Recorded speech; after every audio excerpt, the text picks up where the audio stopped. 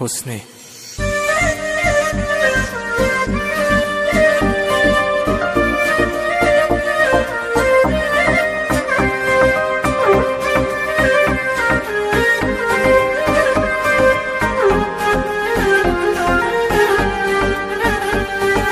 میستی و حال دل من خرابه، دلتنگی ها توی دلم زیاده.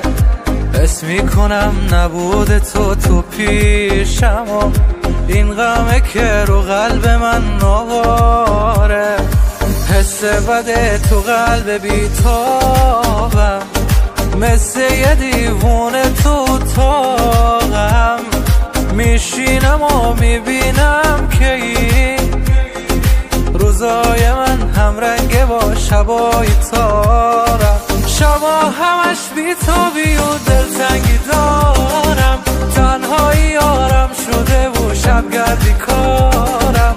خیابونا و جاده های شهر میدونن که من دور از هوای تو چه حالی دارم. آخه دلم از عشق تو که گله داره، این آدم واسه تو بدون یه بیقراره.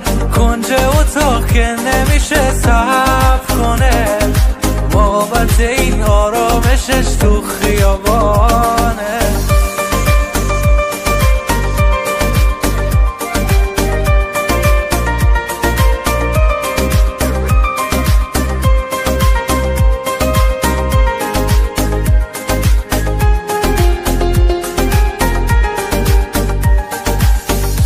میخوام فراموشت کنم نمیشه، آتیش قلبا به چشم خاموش نمیشه. هر وقت میخوام احساسمو هی کم کنم، باز میبینم که بابت تو از خواهشه.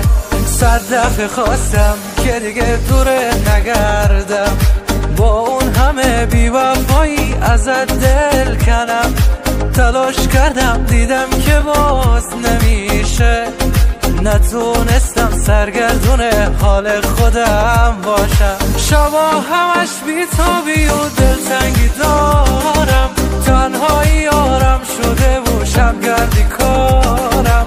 خیابونا و جاده های شهر میدونن که من دور از هوای تو چه حالی دارم. آخه دلم از عشق تو که گله داره، این آدم واسه تو بدون یه بیقراره.